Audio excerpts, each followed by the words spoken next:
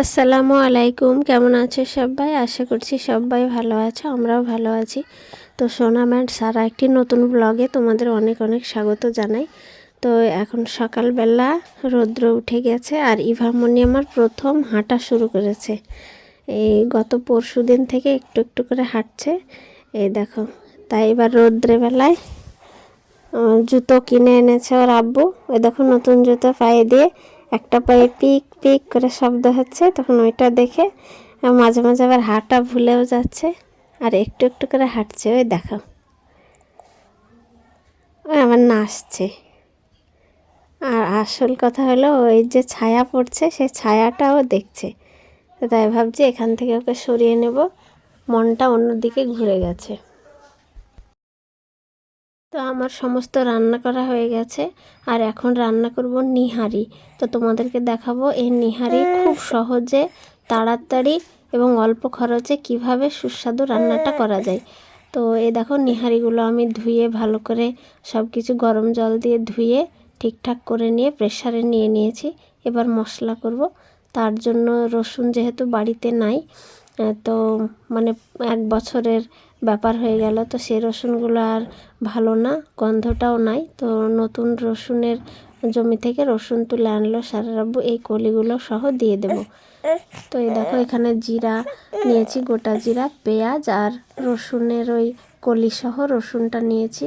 তাই এই যেহেতু এই রসুনের কলি সহ নিয়েছি সেহেতু আজকে আদা বাটাটা দেব না, বাদ বাকি মশলাগুলো দেব, দিয়ে রান্নাটা করব।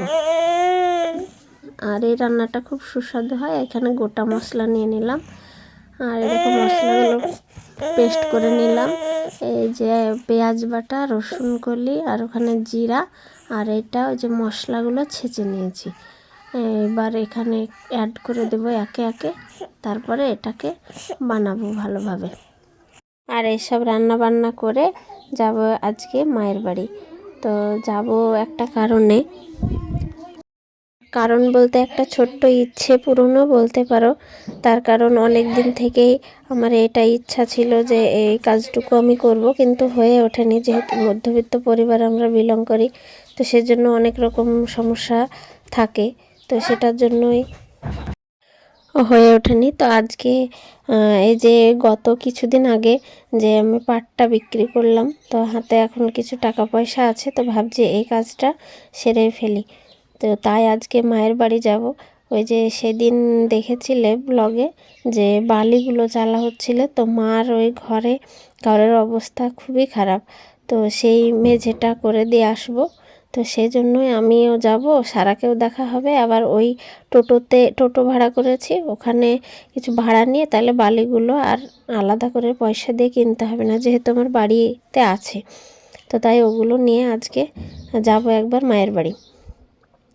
আর এই দেখো গল্প করতে করতে এই মশলাগুলো দিয়ে তারপরে এখানে পানি দিয়ে দিলাম। আর ওই যে মশলা দেওয়ার ওই গোটা গরম মশলা দিয়েছিলাম, সেখানে দিয়েছিলাম এলাচি দিয়েছিলাম আর কাবাব চিনি, গোলমরিচ, এগুলো দিয়ে ছাঁচা করে নিয়েছিলাম একসঙ্গে, দিয়ে এখানে দিয়ে দিলাম। তারপরে এ দেখো জল দিয়ে এবার লবণ আর হলুদের গুঁড়ো দিয়ে এটাকে, তেল দেব না, এখানে তেল লাগে না।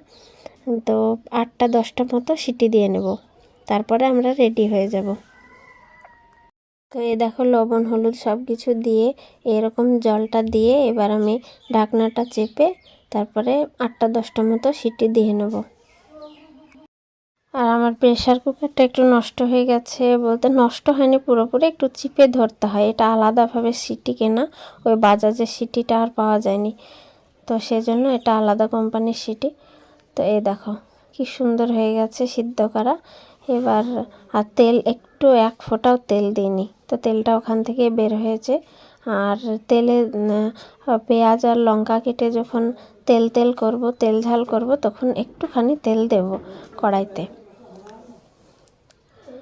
তো এই দেখো এই পেঁয়াজ আর লঙ্কা দিয়েছি, আর কিছু দেব না, খুব হালকাভাবে ঝোলটা করব নর্মালভাবে। তো এই দেখো হয়ে গেছে, এখানে এবার ওইটা অ্যাড করে দেব, তাহলে রান্নাটা পুরো কমপ্লিট। তো এই দেখো পেঁয়াজ আর লঙ্কা পোড়ানো হয়ে গেছে তেলে, এবার এই ঝোলটা তুলে দিয়ে দিলাম। তারপরে এটা থেকে ওই প্রেসার কুকারে ঢেলে নেব, যেহেতু এখানে আটবে না, পাত্রটা অনেকটাই ছোট ওই তুলনায়। তো এবার ঝোল দিয়ে একটু ফুটিয়ে তারপর ওখানে অ্যাড করে দিয়ে ওখানে একটু ফুটিয়ে তারপরে নামিয়ে নেব। তাহলে আমার নিহারি রান্নাটা কমপ্লিট। এটা খুব খেতে খুব সুস্বাদু, আবার খুবই গুণসম্পন্ন একটা খাবার। যাদের ক্যালসিয়ামের একটু ঘাটতি থাকে তারা এই খাবারটা খেলে খুবই উপকার পাওয়া যায়। মানে পায়ের গাঁটে গাঁটে যেখানে ব্যথা হয় সেসব ব্যথাগুলো এটা খেলে সেরে যায়। তো তাই এইভাবে সিম্পল রান্না করতে হয়। ঝোলটা গাঢ় করার জন্য অনেকে চালের গুঁড়ো মিশিয়ে দেয়, কিন্তু আমি ওটা পছন্দ করি না। এমনি ঝোলটা একটু কম করলে বেশি ভালো লাগে। তো এই দেখো এভাবে অ্যাড করে তারপরে ফুটিয়ে নামিয়ে নেব। আর এই দেখো তরকারিটা একদম রেডি। তো যাওয়ার জন্য এই দেখো কাপড় চোপড়গুলো নিয়ে নিচ্ছি। যেহেতু শীতের সময় এখন, তাই জামা কাপড় বেশি লাগবে। তো এখানে তলার দিকে নিচের দিকে ইভারগুলো আগে রেখেছি, তারপরে আমার কিছু নিয়ে নিচ্ছি। আর দেখে মনে হচ্ছে আমারটাই বেশি, কিন্তু না, ইভারগুলো তলায় আছে। যেহেতু ছোট ছোট জামা দেখা যাচ্ছে না, ওই দেখো জামার ফিতাগুলো দেখা যাচ্ছে। আর এখানে ইভাকে একটু স্নান করিয়ে নিই। ছাদের উপরে স্নানটা করাই প্রতিদিন, কিন্তু আজকে তাড়াহুড়ো আছে, তো এখানে একটু দিয়ে দিলাম। ওকে, অন্য কিছু করলাম না, যেহেতু ঠান্ডা হাওয়াতে যাবে তাই হালকা করে একটু স্নান করিয়ে দিলাম। আর এদিকে দেখো ইভা নতুন জামা পরে একদম রেডি হয়ে গেছে। এখন ওর আব্বু একটু হাঁটু হাঁটু করাবে ভাবছে, কিন্তু ও কোথাও একটা যাবে, বেরোচ্ছে সবাই সেটা বুঝতে পেরেছে। তাই ও শুধু গাড়ির দিকে দেখাচ্ছে, ভাবছে গাড়ি করে যাবে, তো তাই দেখাচ্ছে। আর ওর আব্বু একটু এই জামাটা পরে হাঁটলে কেমন লাগবে সেটা চেষ্টা করছে। যেহেতু আমার ঠান্ডার অ্যালার্জি আছে, সেই জন্য সারার আব্বু বলছে আগে চুলটা শুকিয়ে নাও। তো চুলটা তাই শুকিয়ে দিচ্ছে ও। আর ইভা মনি কোলে উঠে বসে আছে।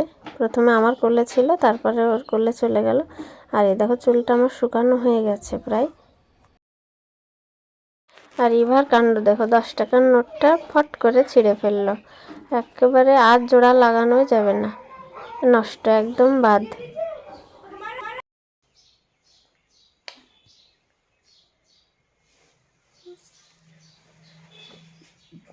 আমরা রেডি হয়ে গেছি, এবার আমরা বের হব। আর ইভাকে দেখো কি সুন্দর লাগছে, ইভাকে নতুন নতুন জামা।